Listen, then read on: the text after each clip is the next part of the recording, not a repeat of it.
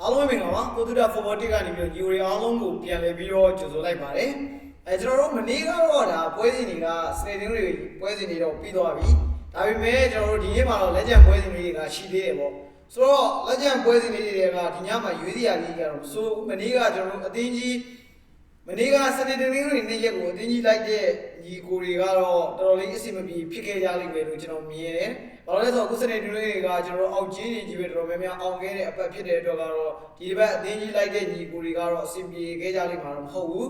ဒီနေ့မှာတော့ဒါလက်ကျန်ပွဲစဉ်တွေကတပွဲဖြစ်တဲ့လာစီယိုအတင်းနဲ့ဒါကျွန်တော်ကိုမိုအတင်းတို့ရဲ့ပွဲစဉ်ကိုကျွန်တော်ညီကိုတွေအတွက်စိတ်ကြိုက်ရွေးချယ်ပေးမှုလေးလုပ်ပေးတော့မှာဖြစ်ပါတယ်ဆိုတော့ဒီပွဲကလက်ရှိဈေးကွက်ပေါက်သေးရဆိုလို့ရှိရင်တော့ဒဲကြီးပဲဖွင့်လှစ်ထားတယ်ပထမတစ်ကြောကိုမိုရဲ့အိမ်ဝင်းမှာတော့ကိုမိုကတင်ရီကို90ရှုံပေးထားပြီးတော့ကိုမိုကအိမ်ဝင်းကနေ2-3ဆိုတဲ့ result မျိုးနဲ့နိုင်ခဲ့တာကိုကျွန်တော်တို့တွေ့ရတယ်ဆိုတော့ဒီပွဲမှာတော့လက်ရှိဈေးကွက်ပေါက်သေးဖွင့်လှစ်မှုကတော့ဒဲကြီးပဲဖွင့်လှစ်ထားတယ်လာစီယိုကနေဒဲကြီးဖွင့်လှစ်ထားပြီးတော့ကိုပေါင်းသေးကနှလုံးတည်ကြီးပေါ့နော်ဘော်ဒီလေးတဲ့ကိုကျွန်တော်အနေနဲ့အများကြီးမပြောချင်ဘူးဆိုပေမဲ့ကိုပေါင်းသေးတဲ့ကတော့ပြောချင်စရာရှိတယ်CA ပွဲစဉ်တွေရဲ့ထုံးစံတိုင်းကိုပေါင်းသေးကတော့တော်တော်များများက2မိုင်းနဲ့တို့နှလုံးတည်တို့ကတော့ CA ရဲ့ကိုပေါင်းသေးတွေကဖွင့်နေကြပဲဆိုပေမဲ့ဒီပွဲရဲ့ကိုပေါင်းသေးနှလုံးတည်ကြီးကတော့ကျွန်တော်ကကိုပေါင်းသေးကြီးကကျွန်တော်တားကြီးချိုလို့နေတယ်လို့မြင်တယ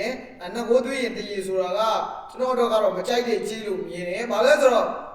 ဒီပွဲကဘော်ဒီလေးတည်ရေးဖွင့်နေတာပြီးတော့ဂိုးအောင်သေးနှလုံးတည်ကြီးကဒါဂိုးအောင်ကိုခေါ်ထားတဲ့ကြီးဆိုတာကြီးကလုံးဝအသေးချပဲကျွန်တော်တို့ကြည့်မယ်ဆိုလို့ရှိရင်လည်းမနေ့ကစီးရီးပွဲစဉ်မနေ့ကနဲ့ကျွန်တော်စနေနေ့နေ့ရက်ကစီးရီးပွဲစဉ်တွေကတော်တော်များများကဂိုးအောက်ခဲ့တာကိုညီကိုတို့သတိထားမိကြလိမ့်မယ်ဆိုတော့3ရက်မြောက်နေ့မှာတော့ CDA ကထပ်ပြီးတော့ဂိုးအောင်နိုင်ပါလားပေါ့နော်လာဒီယိုကလည်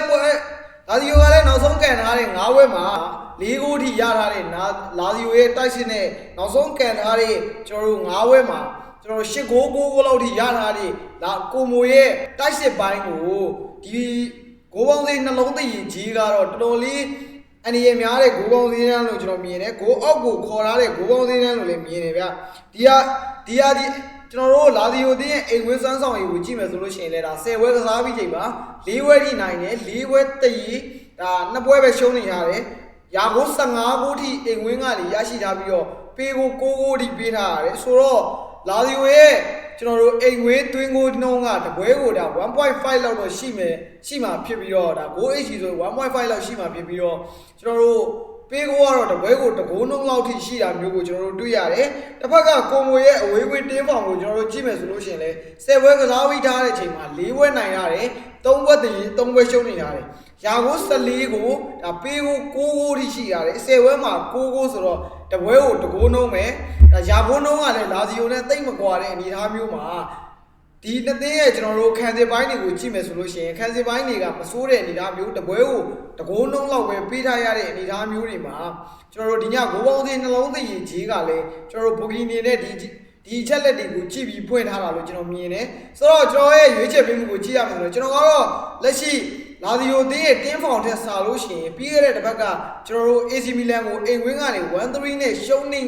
ထားတဲ့ကိုမိုအတင်းရဲ့တင်းဖောင်ကိုကျွန်တော်ပို့ပြီးတော့ကြိုက်တယ်ကိုမိုကဒီနှစ်မှာကျွန်တော်တို့နီးပြဖာရီကလက်အောက်မှာတော်တော်လေးကောင်းမွန်တဲ့စွမ်းဆောင်ရည်တွေကိုပြထားတဲ့အသင်ဖြစ်တဲ့အပြင်ဒီနှစ်မှာဒါကိုမိုလိုက်စောတဲ့ညီကိုတွေကတော်တော်လေးအဆင်ပြေတဲ့နှစ်ဖြစ်တဲ့အတွက်ကျွန်တော်ဒီပွဲမှာလည်းကိုမိုအနေနဲ့လာစီယိုကိုအဝေးကွင်းကနေမရှုံးနိုင်ဘူးလို့ကျွန်တော်မြင်တယ်ဆိုတော့ဒီညကျွန်တော်ရဲ့ရွေးချယ်ပေးမှုကတော့ကျွန်တော်ကိုမိုဘော်ဒီကိုကြိုက်ပါတယ်ဒီကိုတော့အနေနဲ့ဟောဒါဘယ်လိုမြင်လဲဒီပွဲကိုမကြိုက်လို့ဆိုတာလေကျွန်တော်ရဲ့ comment မှာဝင်ရောက်ဆွေးနွေးညှိခုံသွားနိုင်ပါတယ်ဒီကိုအနေနဲ့ဒါ free mount တွေတပွဲကောင်းလေးတွေလိုချင်နေဆိုရင်လည်းကျွန်တော်ရဲ့ Telegram channel ကို join လုပ်ရပါတယ် Telegram channel မှာလည်းအစောပွဲလေးတွေဒါကျွန်တော်တို့ညအသင်းကြီးပွဲစဉ်တွေရှိရင်လည်းအစောပွဲတစ်ပွဲဒါညတဲ့ပွဲတစ်ပွဲအနည်းဆုံး2ပွဲလောက်ထိတစ်ပွဲကောင်းရွေးပေးပြီးတော့မောင်းတွဲလေးတွေလည်းအများနဲ့ထုတ်ပြီးနေတာဖြစ်တဲ့အတွက်ကျွန်တော်ရဲ့ Telegram channel ကို join ထားဖို့ကညီကိုတွေကိုအကြံပြုချင်ပါတယ်ဗီဒီယိုအဆုံးထိကြည့်ပေးခဲ့ကြတဲ့ညီကိုတွေချင်းတွေကိုကျေးဇူးအများကြီးတင်ပါတယ်ကျွန်တော်တို့နောက်ဗီဒီယိုမှာပြန်လည်ဆုံတွေ့ကြပါဗျာအားလုံးပဲဝင်လာရှိသောနေ့ရက်လေးဖြစ်ပါစေ